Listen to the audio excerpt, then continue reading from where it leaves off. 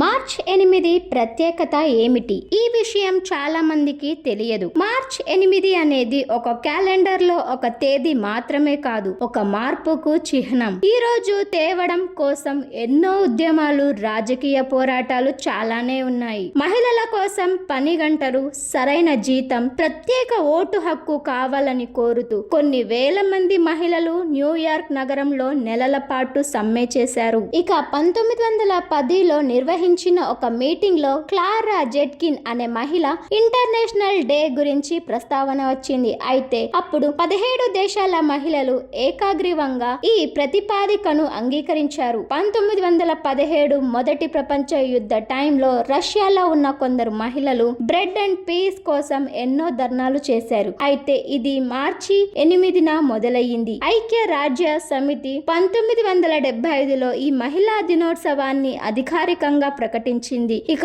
ఆ రోజు నుంచి ప్రపంచ దేశాలన్నీ ప్రభుత్వ సెలవు దినంగా అంగీకరించి ఉత్తర్వులు జారీ చేశారు. అలా ప్రతి ఏడాది మార్చ్ 8న అంతర్జాతీయ మహిళల దినోత్సవాన్ని జరుపుకుంటున్నారు. ఈ రోజు మహిళల గొప్పతనం గురించి తెలియజేస్తోంది.